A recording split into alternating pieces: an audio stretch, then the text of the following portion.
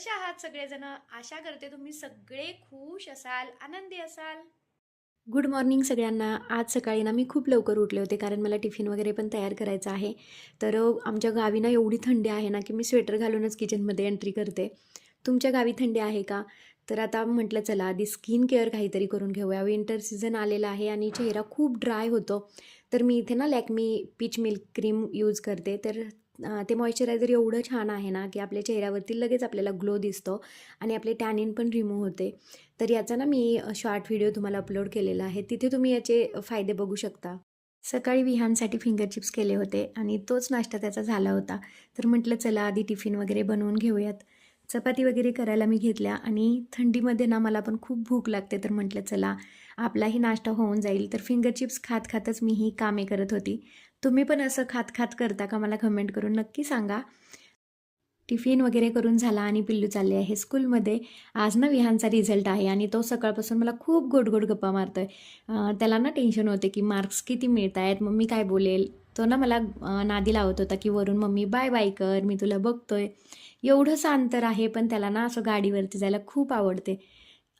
आज ना मी सोयाबीनची भाजी केली आहे आणि ही भाजी मी कशी केली, गरम पाण्यामध्ये सोयाबीन गरम करून घेतले, त्यामध्ये गरम मसाला, घरकुल मसाला, हळद, चटणी, मीठ आणि थोडेसे दही टाकून ना हे 15 मिनिटांसाठी ठेवून दिले. तर आता कांदा, टोमॅटो, अद्रक, लसूणची पेस्ट तेलामध्ये घालून ना त्याला व्यवस्थित परतून घेतले. आता हे परतून झाल्यानंतर ना थोडासा गरम मसाला, घरकुल मसाला तुम्ही नंतर पण टाकू शकता. भाजीची टेस्ट अशी खूप छान लागते. तर इथे व्यवस्थित ते परतून झाले आहे आणि तुम्हाला इकडे ना पाणी गरम करायला ठेवायचे आहे. हे सोयाबीन आपण यामध्ये घालूयात आणि याला व्यवस्थित मिक्स करून घेऊयात. जर तुम्ही गरम पाणी घातले ना तर भाजी खूप टेस्टी लागते. तर इथे व्यवस्थित आपण ते परतून घेऊया. आता ना याला 5 मिनिट तुम्हाला झाकण ठेवायचे आहे कारण ना हे खूप टेस्ट छान होते. तर तुम्ही अशा प्रकारे करून पहा. आणि त्यामध्ये आता आपण थोडे थोडे पाणी घालून ना हेही आपल्याला 15 ते किंवा तुम्ही 5 ते 10 मिनिट तुम्ही असंच झाकून ठेवायचं आहे आणि लास्टला तुम्हाला हे पूर्ण पाणी ॲड करायचे आहे. तर इथे माझी भाजी झालेली आहे. तर तुम्ही सोयाबीन कसे करता मला नक्की सांगा आणि माझी भाजी पण कशी झाली आहे ते पण मला नक्की सांगा. तर तुम्ही बघू शकता भाजी अशी झाली आहे. आता वरून थोडीशी तुम्हाला हिरवीगार कोथिंबीर टाकायची आहे. अशी भाजी झाली आहे. तर कशी झाली आणि हे रिझल्ट आणणार मम्मा. बघू किती पडले, सांगतो तुला. किती पडले मार्क्स? 95. हां. हा आणि ते काय आहे हातात, ते काय आणलं नवीन? मम्मा सायकलीचा. अरे बापरे. खोलून दाखव. हो हो.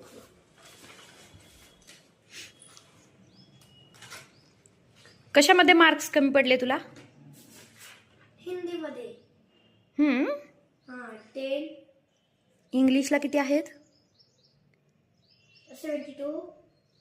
इंग्लिशला ते नाही बाळ, इथे ना हे मार्क्स असतात. इथे इथं टोटल सांगायचं. टोटल किती पडले बघू बघू. 92. 92 इंग्लिशला, हिंदी 90, मराठी 98, मॅथ्स 96 आणि EVS 100. अरे वा, कुठे गेली मार्क्स सांग मला. हिंदीमध्ये मार्क्स कमी आहेत तुला हिंदीमध्ये 5% आणि मॅथ्स. ओके. रोडवर गाड्या येतात ना, मग माझ्या सायकल बांधल्यावर आवाज येतो. आणि रात्री पण सायकल चालवायची असेल तर अशी लाईट मारणार, थोडीशी ब्राईट करायची असेल तर अशी मारणार, आणि चमकी करायची असेल तर असे मारणार, आणि करायची असेल तर हिट बटन दाबणार आणि आवाज. मस्त आहे. आवाज पण बदलते मम्मा. आणि हे चार्जिंग पण लागते. हा छान छान. ठेवू? हो, व्यवस्थित ठेवून दे एका जागेला. हो लू आज ना बाहेर जायचे, येतोस माझ्यासोबत? हो मम्मी, मी येतो. किती वाजता जायचे? 4 वाजता जाऊयात. तुला टाईम आहे? हो. स्टडी झाला तुझा? थोडं राहिलंय, करून देतो. ठीक आहे, चल मग 4 वाजता जायचे. लवकर आवरशील ना? हा. पटपट करून घे स्टडी. चल.